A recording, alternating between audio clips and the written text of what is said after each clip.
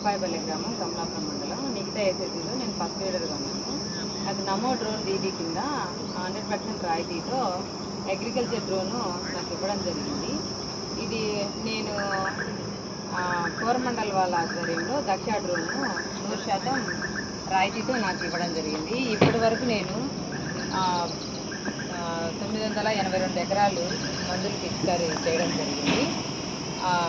73 రోజుల్లో 10 మండలాల్లో 52 గ్రామాల్లో నేను చేయడం జరిగింది. 171 రైతులకి ఈ విధంగా చేయడం వల్ల నాకు ఆర్థికంగా 4,80,000 డబ్బులు కూడా రావడం జరిగింది. అదేవిధంగా నేనే కాకుండా నాతో పాటు కో పైలట్కి, తర్వాత నాకు ఆటో వెహికల్కి ఒక డ్రైవర్ అవసరం, వాళ్ళకి ఈ విధంగా ఒక 3కి నేను జీవనోపాధి కూడా ఇవ్వడం జరుగుతుంది. ఈ డ్రోన్ తీసుకోవడం ద్వారా నేను ఆర్థికంగా పైకి రావడం జరిగింది. ఈరోజు నేను ఏదైనా ఒక పని చేయాలంటే, ఆర్థికంగా డబ్బులు అడగాలంటే, లోన్ తీసుకోవాలంటే నువ్వేం పని చేసేదానివి, నీకు ఎలా వచ్చాయని అడిగేవాళ్ళు ఫస్ట్.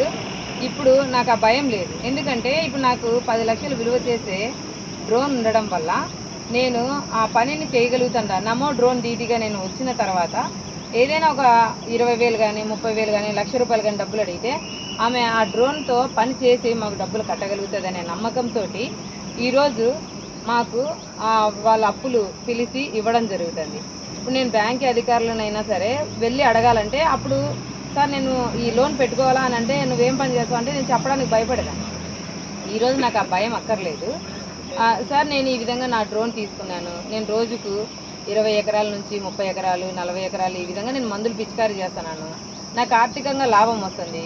కాకపోతే నాకు ఛార్జర్లు కావచ్చు, బ్యాటరీస్ కావచ్చు, ఇవన్నీ కూడా నేను అడిగి లోన్ రూపంలో తీసుకోవాలనుకున్నప్పుడు ఖచ్చితంగా నాకు ముందైతే సపోర్ట్ చేసేవాళ్ళు కాదు. ఈరోజు అది నాకు చాలా సంతోషంగా ఉంది. ఎందుకంటే నేను చేసే పని ద్వారా 10 మందిలో ఒక గుర్తింపు అనేది వచ్చింది. ఈ నమో డ్రోన్ దీదీ ద్వారా నాకు పేరు అనేది, మంచి గొప్ప విలువలు అనేవి కూడా నాకు అందుతున్నాయి. ఇందుకు నేను మన దేశ ప్రధాని అయినటువంటి నరేంద్ర మోడీ సార్ గారికి ప్రత్యేకంగా కృతజ్ఞతలు, ధన్యవాదాలు తెలియజేసుకుంటాను. ఎందుకంటే మారుమూల గ్రామంలో ఉన్న ఒక పొదుపు సంఘంలోని మహిళని ఎంకరేజ్ చేయడం అంటే అది సాదాసీదా విషయం కాదండి. ఎందుకంటే ఇప్పుడు 10 మంది వచ్చి ఒక దగ్గర కూర్చొని ఒక మీటింగ్ పెడితే ఒక మనిషి కోసం ఆలోచన చేసే రోజుల్లో నుండి ఈరోజు ఆ 9 మందికి నేనేమి ఇవ్వగలుగుతా అనే రోజు వరకు తీసుకొచ్చినాడు. అంటే ఒక మనిషికి ఇబ్బంది వచ్చిందంటే, ఆర్థికంగా ఎదగాలంటే మిగతా 9 మంది కలిసి సపోర్ట్ చేయాలి. అదేవిధంగా ఆ 9 మందికి ఏదైనా ఇబ్బంది వచ్చినప్పుడు ఈ ఒక్క మనిషి కూడా దానికి కట్టుబడి వాళ్ళ నిర్ణయాలను కూడా మనం గౌరవించి ఆ పనులు చేయాలి.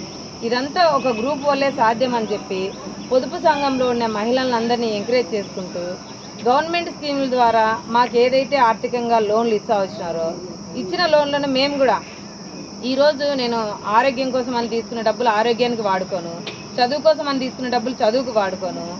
ఈ విధంగా నేను అన్ని రకాల ఆలోచనలతోటి నేను ఉండడం వల్ల ఏ పనిని నేను చేసుకోలేకపోతాను. కానీ ఈరోజు ఒక వస్తువు రూపంలో ట్రైనింగ్ ఇచ్చి, లైసెన్స్ ఇచ్చి, తర్వాత ఉచితంగా డ్రోన్ ఇవ్వడం వల్ల ఈరోజు నేను ఆర్థికంగా ఎదగడం జరిగింది. 10 మందికి ఆదర్శనీయంగా చెప్పడానికి ఒక రీజన్ దొరికింది. అందులో ఈరోజు ఒక టీవీ ముందుకు వచ్చి మాట్లాడాలనే ధైర్య సాహసాలు చేయాలంటే నార్మల్గా నేను మాట్లాడలేను.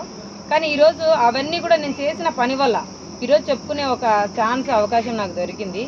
ఇందుకు నేను చాలా సంతోషపడదన్నా. రాబోయే రోజులలో ఖచ్చితంగా యువతకు, అంటే నిరుద్యోగ యువకులు యువతులు అనే వాళ్ళు ఉండరు. ఎందుకు ఉండరు అంటే వాళ్ళు చేసే పనులను బట్టి, వాళ్ళ ఆలోచనలను బట్టి వాళ్ళు ఉద్యోగ అవకాశాల కోసం పరిగెట్టాల్సిన అవసరం లేదు. ఈరోజు ఉద్యోగమే కావాలనే ఆలోచన లేకోకుండా సొంతంగా వాళ్ళు స్వయం శక్తితో పని చేసుకోవడానికి మంచి అవకాశం ఉందని చెప్పి నేను డ్రోన్ ద్వారా తెలియజేయడం జరుగుతుంది.